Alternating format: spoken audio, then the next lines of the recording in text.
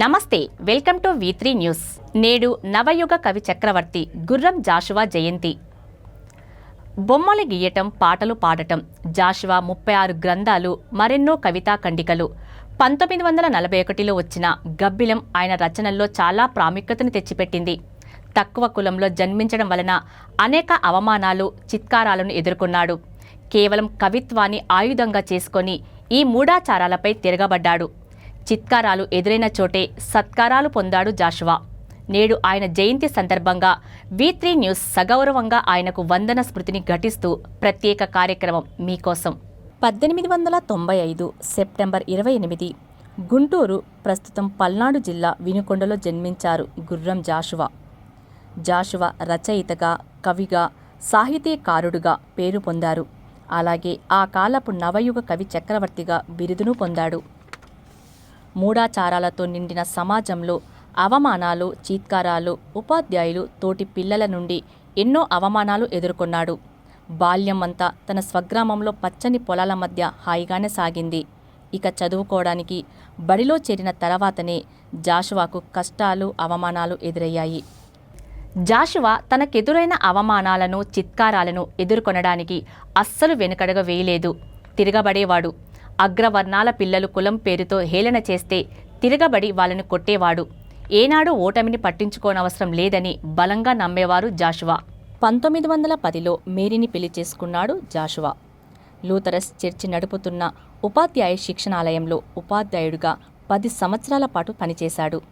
తరువాత 1928 నుండి 1942 వరకు గుంటూరులోని ఉన్నత పాఠశాలలో తెలుగు పండితుడిగా పనిచేశాడు.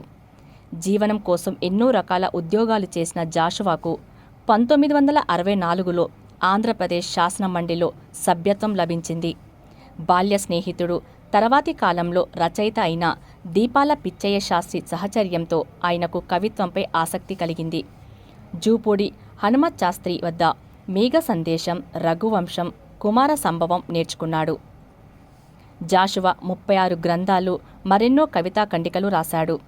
కవితా విశారద, కవి కోకిల, కవి దిగ్గజ, నవయుగ కవి చక్రవర్తి, మధుర శ్రీనాథ, విశ్వకవి సామ్రాట్గా ప్రసిద్ధుడయ్యాడు. ఎన్నో బిరుదులు, సత్కారాలు అందుకున్నాడాయన. అలాగే 1964లో క్రీస్తు చరిత్రను కేంద్ర సాహిత్య అకాడమీ పురస్కారం, 1964లో ఆంధ్రప్రదేశ్ శాసనమండలి సభ్యునిగా నియమితుడయ్యాడు. 1970లో ఆంధ్ర విశ్వవిద్యాలయము కళాప్రపూర్ణ బిరుదుతో సత్కరించింది. 1970లో భారత ప్రభుత్వం పద్మభూషణ పురస్కారం అందజేసింది. ఇవి మచ్చుకు కొన్ని మాత్రమే. ఇలా ఎన్నో బిరుదులు, సత్కారాలు, సన్మానాలు పొందారు జాషువా గారు. జాషువా పేరు మీద తెలుగు అకాడమీ జాషువా పరిశోధనా కేంద్రం 2012 సెప్టెంబర్ 28న జాషువా విశిష్ట సాహిత్య పురస్కారాన్ని 2 లక్షల నగదు పురస్కారం ప్రతి ఏటా అందజేస్తుంది. అలాగే జాషువా ఫౌండేషన్ ద్వారా భారతీయ భాషలలో మానవ విలువలతో కూడిన రచనలు చేసిన సాహిత్యకారులకు జాషువా సాహిత్య పురస్కారం అందజేయబడుతున్నది. ఈ కాలపు కవులలో కంటే నవయుగ కవిగా జాషువా పేరుని అందుకొని ఈ సమాజానికి అంటరాని కులమన్నది రూపుమాపిన మహాజ్ఞాని అని చెప్పక తప్పదు. చూశారు కదా, ఇది కవి జాషువా గారి గురించి V3 న్యూస్ ప్రత్యేకంగా అందజేస్తున్న చిరుకానుక. తిరిగి మరొక కార్యక్రమంలో మళ్ళీ కలుద్దాం. అంతవరకు సెలవా మరి. చూస్తూనే ఉండండి V3 న్యూస్. లక్ష్యం సమాజహితం. నమస్తే.